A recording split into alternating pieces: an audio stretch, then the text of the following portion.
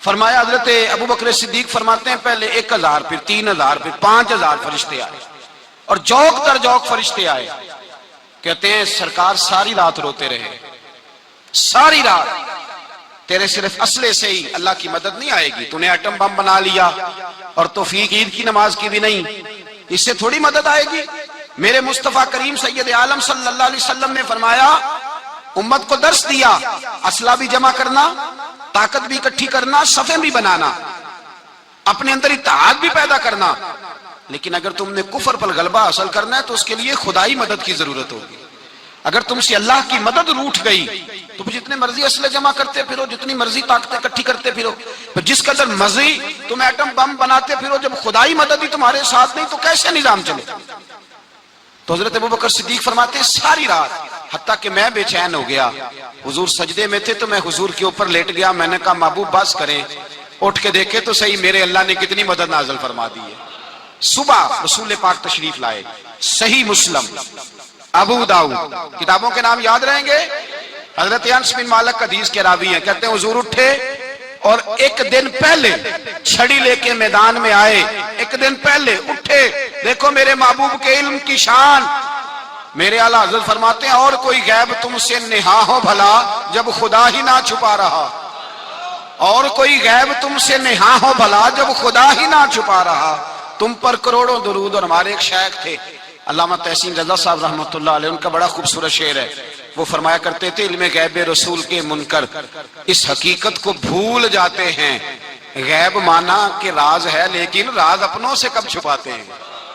راز مانا, غیب مانا کہ راز ہے لیکن راز اپنوں سے کب چھپاتے ہیں. ایک دن پہلے حضور میدان میں آئے, صحیح مسلم کی حدیث ہے, اور محبوب پاک صلی اللہ علیہ وسلم کے دست مبارک میں چھڑی ہے. حضرت انس کہتے ہیں حضور میدان میں آئے اور حضور نے لکیر کھینچی. فرمایا کل یہاں ابو جال مرے گا. کب مرے گا؟ یہاں مرے گا. فرمایا یہاں عتبہ مرے گا, یہاں عتبہ مرے گا, یہاں ولید مرے گا. حضرت انس فرماتے ہیں میری لکیروں پہ نظر تھی, لوگ جنگ لڑتے رہے, میں لکیریں دیکھتا رہا. اللہ کی عزت کی قسم, جہاں حضور نے چھڑی رکھی تھی جو مرا وہیں آ کے مرا ہے, جو مرا ہے وہیں آ کے. جو دن کو کہہ دیا دن ہے تو دن نکل آیا, جو شب کو کہہ دیا شب ہے تو رات ہو کے رہی. خدا نے ان کی زبان کو وہ اختیار دیا, جو نکلی منہ سے ان کے وہ بات ہو کے رہی. فرمایا جہاں حضور نے چھڑی رکھی تھی جو مرا ہے وہیں آ کے مرا ہے. میرے رسول کریم سید عالم صلی اللہ تعالی علیہ وسلم نے اگلے دن صبح اٹھ کے صف بندی بنوائی. حضور نے اپنے ہاتھ کے اندر چھڑی لے لی, فرمایا چلو ابھی صفیں سیدھی کرو. کیا کرو؟ کرانی چاہیے نا صفیں سیدھی, ہمیں کر بھی لینی چاہیے نا. حضور نے فرمایا تم صفیں سیدھی کرو, اللہ تمہارے دل سیدھے کر دے گا.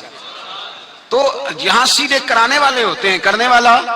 اور میرے نبی پاک صلی اللہ علیہ وسلم نے فرمایا جب تم نماز کے لیے صفیں سیدھی کرتے ہو تو رب تو تمہیں دیکھ کے مسکراتا ہے, جو اس کی شان کے لائق ہے. حضور صفیں سیدھی کرا رہے تھے. حضرت سواد انصاری ایک صحابی تھے, تو پیٹ ان کا بڑا تھا. حضور نے چھڑی رکھی, فرمایا پیچھے ہٹ تھوڑا سا, بڑا پیٹ تھا. چھڑی لگائی نہ تو کہنے لگے حضور کیوں ماری ہے چھڑی آپ نے مجھے. نبی پاک صلی اللہ علیہ وسلم نے فرمایا چل ناراض نہ ہو, بدلہ لے لے. کہنے لگے لائیں دے بدلہ. حضور نے چھڑی پکڑائی تو کہنے لگے کپڑا ہٹائیں. حضور نے کپڑا ہٹایا تو جس میں اقدس چومنے لگے. کہنے لگے محبوبہ پتہ نہیں تھوڑی دیر کے بعد کیا بننا ہے. میں نے کہا جاتی جاتے بوسے لے لوں حضور, بوسے ہی لے لوں جاتے جاتے مصطفیٰ کریم. اور یہ واقعات کئی صحابہ کے, حضرت عکاشہ بن محسن کا بھی ہے اور بھی کئی لوگوں کا. میرے رسول پاک علیہ السلام میدان بدر میں, بدر کی فضا عرض کر رہا ہوں. دو صحابی تھے, ایک کا نام حضرت حذیفہ بن یمان اور ایک کا نام حضرت حسیل. یہ دو صحابی ہیں رسول پاک صلی اللہ علیہ وسلم. یہ کہیں سے آ رہے تھے واپس, ابو جال کی ملاقات ہو گئی. جنگ میں جا رہے ہو, اپنے نبی کے لیے آئے ہو, مدد کرو گے؟ انہوں نے کہا نہیں ہم تو ویسے ہی آ رہے تھے. ابو جال نے کہا اگر ویسے ہی آ رہے تھے تو ٹھیک ہے جاؤ, وعدہ کرتے ہو لڑو گے تو نہیں؟ کہا نہیں لڑیں گے. یہ دونوں وعدہ کر کے آ گئے حضور کے پاس. کہا یا رسول اللہ ہم نے اس سے وعدہ کر لیا ہے, لیکن ہمارا ارادہ تو لڑائی کرنے کا ہے, ہمیں تو یہاں کے پتہ چلا ضرورت پڑی ہے. تو نبی پاک صلی اللہ علیہ وسلم نے فرمایا تم نے وعدہ کر لیا اب تم نہیں لڑو گے. کہا یا رسول اللہ کافر سے وعدہ کیا ہے. میرے نبی پاک نے فرمایا کیا تو مومن نے ہے نا. کس نے کیا ہے؟ اللہ اکبر. کوئی وعدوں کی پاسداری نہیں کرتا. میدان بدر میں جہاں ایک ایک فرد کی ضرورت ہے، ایک ایک فرد کی، وہاں رسول پاک نے فرمایا مومن نے وعدہ کیا ہے لہٰذا ہم دو مجاہد کاٹتے ہیں، فرمایا تم بیٹھ جاؤ تم نہیں لڑو گے۔ اب دونوں لشکر آمنے سامنے ہوئے، آمنے سامنے۔ سب سے پہلے آنے والوں میں سے ادھر سے ولید آیا، عتبہ آیا، اس کا بھائی شیبہ آیا، یہ تین آئے، کہنے لگے حضور ہمارے مقابلے میں بھیجے۔ نبی پاک نے انصار میں سے بھیجا، کہنے لگے یہ نہیں ہمیں چاہیے، ہمارے مقابلے میں قریشی اور ہاشمی بھیجو۔ برادری کا بڑا شوق تھا نا قریشی۔ حضور نے فرمایا چلو تمہارا جلدی مرنے کا ارادہ ہے تو بھیج دیتے ہیں، ٹھیک ہے تمہارے پائے کے بھیج دیتے ہیں۔ حضور نے فرمایا چلو امیر حمزہ اٹھو۔ حضرت امیر حمزہ اسد اللہ و رسولہ اٹھ کے کھڑے ہو گئے، فرمایا چلو علی آپ بھی اٹھو۔ شیر خدا تو یوں اٹھے کہ جیسے پہلے سے ہی کھڑے تھے۔ حضور نے فرمایا چلو ابو عبادہ بھی اٹھے، تینوں صحابی اٹھے۔ حضرت عبادہ ذرا بوڑھے تھے، ان کے لیے تھوڑا مشکل ہوا دشمن کو سنبھالنا، باقی تو دونوں نے کاٹ کے رکھ دیا دشمن۔ اور حضرت علی رضی اللہ تعالیٰ عنہ نے دیکھا نا جناب عبادہ ذرا زخمی ہو گئے، دشمن ان کا بھاری ہو رہا تو دوڑے گئے، مارا حضرت عبادہ کا دشمن بھی مارا، اور جناب ابو عبادہ کو کندھوں پہ اٹھا کے در رسول پہ لے گئے۔ کہنے لگے سونیا یا رسول اللہ آپ کے دشمن میں مار آیا ہوں، غلام بچا کے لے آیا ہوں، یہ میں لے آیا ہوں آپ کی، یہ شان ہے حضرت علی شیر خدا کرم اللہ۔ اب جنگ کا نکارہ بجا، کہاں 1000؟ ایک مورخ کہنے لگا نہیں پورا 1000 نہیں تھا، 950 تھا۔ میں کہا چل تو 900 کر لے یار، اس میں کون سی حرج والی بات ہے، پھر بھی 900 اور 300 کا کیا مقابلہ۔ اور پھر اسلحے سے لیس 1000 کا لشکر، میرے رسول کائنات سرور عالم صلی اللہ علیہ وسلم جب جنگ چھڑی، امیہ بن خلف بڑا مارتا تھا حضرت بلال کو، جناب بلال کے قابو ہی آ گیا، حضرت بلال کے قابو آ گئے، کہنے لگا معافی مل جائے گی، معافی مل جائے گی، معافی مل جائے گی، دوڑنے لگا۔ حضرت عبد الرحمن بن عوف کہنے لگے بلال جب کوئی معافی مانگے تو دے دینی چاہیے، فرمایا سب کو دینی ہے، اس ظالم کو نہیں دینی۔ پکڑ کے مارا جناب سیدنا بلال حبشی رضی اللہ تعالیٰ، پکڑ کے مارا، فرمایا مجھے بڑی سزائیں دیتا۔ اس امت کا فرعون ابو جہل نے ساری زندگی ستایا ہے، دو چھوٹے چھوٹے بچے معوذ اور معاذ، اور ان کی عمریں 17 سال سے کم بتائی جاتی ہیں، اور حسین لفظ ہیں۔ حضرت عبد الرحمن بن عوف کہتے ہیں دونوں میرے پاس آئے، اور ایک روایت میں یوں بھی انداز ہے، کہتے ہیں ایک بھائی کا قد چھوٹا تھا، تلوار اونچی تھی اس سے، اور آئے، اور یہ لفظ ہیں تاریخ میں محفوظ، آئے آ کے کہنے لگے عبد الرحمن سے چچا ابو جہل کدھر ہے؟ تو میں نے کہا تم نے کیا کرنا ہے؟ ان کا جواب پتہ کیا ہے؟ یہ نہیں کہا کہ دین کا دشمن ہے، یہ نہیں کہا بڑا ظالم ہے اس لیے مارنا ہے، کہا تم کیا کرو گے؟ تو جواب وہ شاہ نامہ اسلام نے اپنے لفظوں میں بیان کیا، کہنے لگے مریں گے۔ زیادہ یہی ہے نا کہ ہم کمزور ہے، پوچھنے کا سٹائل یہ تھا کہ تم بچے ہو تم نے کیا کرنا ہے؟ تو پتہ ان کا جواب کیا ہے؟ حفیظ جلندری کہتے ہیں وہ کہنے لگے مریں گے یا ماریں گے ناری کو، سنا ہے گالیاں دیتا ہے وہ محبوب باری کو صلی اللہ علیہ وسلم، کہنے لگے ہمارے نبی کو معاذ اللہ برا کہتا ہے، چھوڑیں گے نہیں، جانا ضرور ہے، اگر اسے مار نہ سکے تو مار کے تو آ جائیں گے نا، جانا ضرور ہے۔ تو کہتے ہیں ہم نے اشارہ کیا، میں نے کہا وہ گھوڑے پہ جا رہا ہے وہ دیکھو، کہتے ہیں بس چھلانگے لگاتے دوڑے، بھاگے گئے، ایک نے اچھل کے تلوار ماری، دوسرے نے بھی گرایا، تیسرے نے بھی زخمی کیا۔ ابو جہل نے تلوار ماری تو ایک بھائی کا بازو کٹ گیا تو ہلکا سا گوشت لٹک رہا تھا، اس نے پیر رکھ کے گوشت بھی جدا کر دیا اور کاٹا ابو جہل کو۔ جب نیچے گرا تو اب عبداللہ ابن مسعود آئے، دیکھا کچھ جان باقی ہے، رسی جل گئی بل نہیں گئے۔ حضرت عبداللہ ابن مسعود جب گلا کاٹنے لگے تو کہنے لگا ذرا نا گردن نیچے سے رکھ کے کاٹنا، گردن ذرا نیچے رکھ کے کاٹنا۔ فرمایا کیوں؟ کہنے لگا ذرا سردار ہوں، گردنوں میں پڑی گردن میری اونچی نظر آنی چاہیے، رسی جل گئی پر بال، کہنے لگا ایسا نہ ہو غلاموں میں پڑی ہو تو چودھری کی گردن لہذا ہی نہ نظر آئے، ذرا نیچے سے رکھ کے کاٹنا۔ حضرت عبداللہ ابن مسعود رضی اللہ تعالیٰ انہوں نے گردن کو کاٹ ڈالا۔ میرے بھائی اب جنگ ختم ہونے لگی آہستہ آہستہ، دونوں بچے اپنی تلواریں لے کے در رسول پہ آئے، ایک کہنے لگا میں نے مارا ہے، دوسرا کہنے لگا حضور میں نے مارا ہے۔ حضور نے فرمایا تلواریں دکھاؤ، خون کس کو لگا ہے؟ جب خون دیکھا تو دونوں کو ایک جتنا لگا تھا۔ میرے حبیب مسکرائے، فرمایا تم دونوں نے مارا ہے، تم دونوں نے مارا ہے۔ میرے رسول پاک سید عالم صلی اللہ تعالی علیہ وسلم نے دیکھا امیہ بھی مر گیا، ابو البختری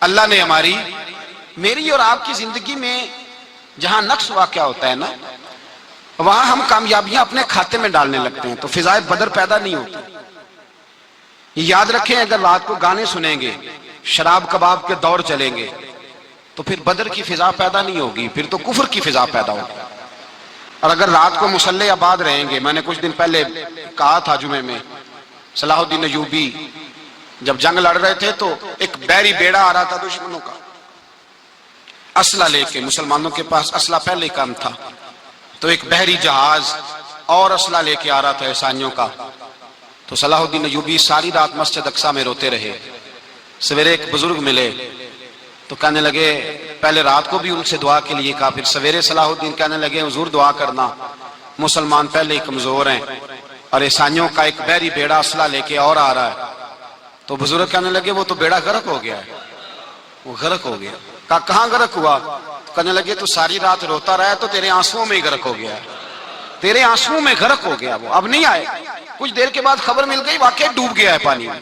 بھائی جب تو اللہ کو منا لیتا ہے، جب رب کی مدد تیرے آتا ہے، یاد رکھنا زندگی میں کہیں بھی آپ لڑ رہے ہیں، کسی محاذ پر بھی، اگر حق آپ کے ساتھ ہے تو پھر اللہ کی مدد آپ کے ساتھ، اور اگر حق آپ کے ساتھ نہیں تو پھر جتنے مرضی ہیلے بہانے کر لیں، وکیل مہنگا کر لیں، جج خرید لیں، پھر آپ دنیا کی ساری سیاست لڑا رہے ہیں، جب حق آپ کے ساتھ نہیں تو پھر رب کی مدد آپ کے ساتھ۔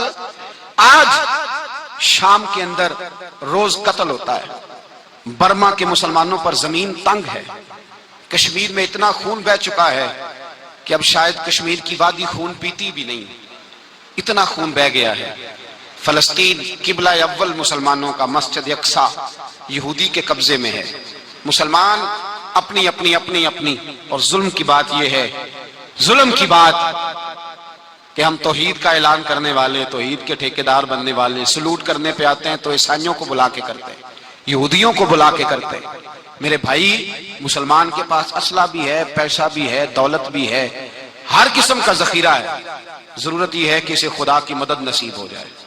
اللہ کی مدد جب تھی تو اسلحے کی ضرورت نہ تھی، جب تک خدا کی فضائے بدر پیدا کریں، فضائے بدر پیدا کریں۔